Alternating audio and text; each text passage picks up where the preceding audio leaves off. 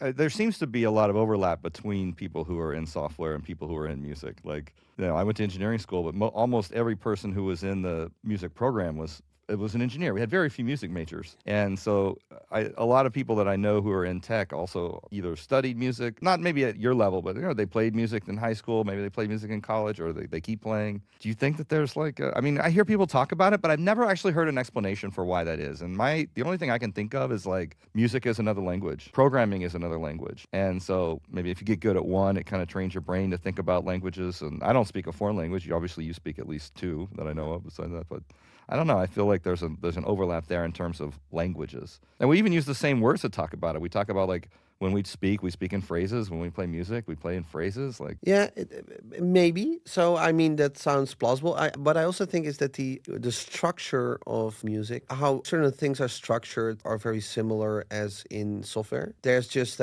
imagine that if you want to write a simple program. So still now, if I write software, I mean with my role right now, I don't contribute to the core anymore. Right?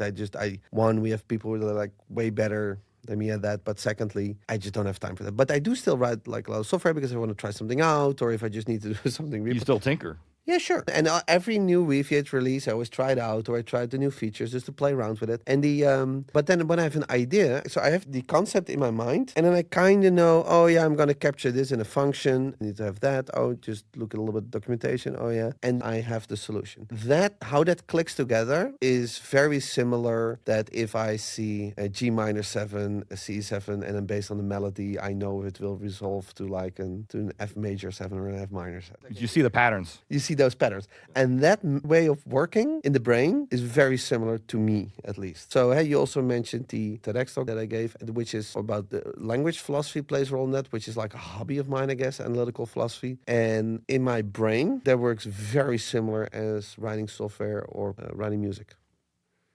Well, there's a logic to it. There's rules to it. Yeah. The rules and the logic. So I think maybe it's the combination of the rules and the logic.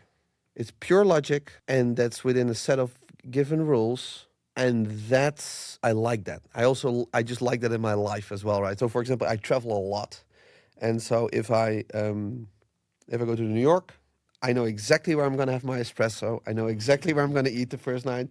Same in SF. Same if I go to Amsterdam. It's like I like the boundaries, right? The set boundaries, and that you can be creative within that. So I think it's somewhat related to that.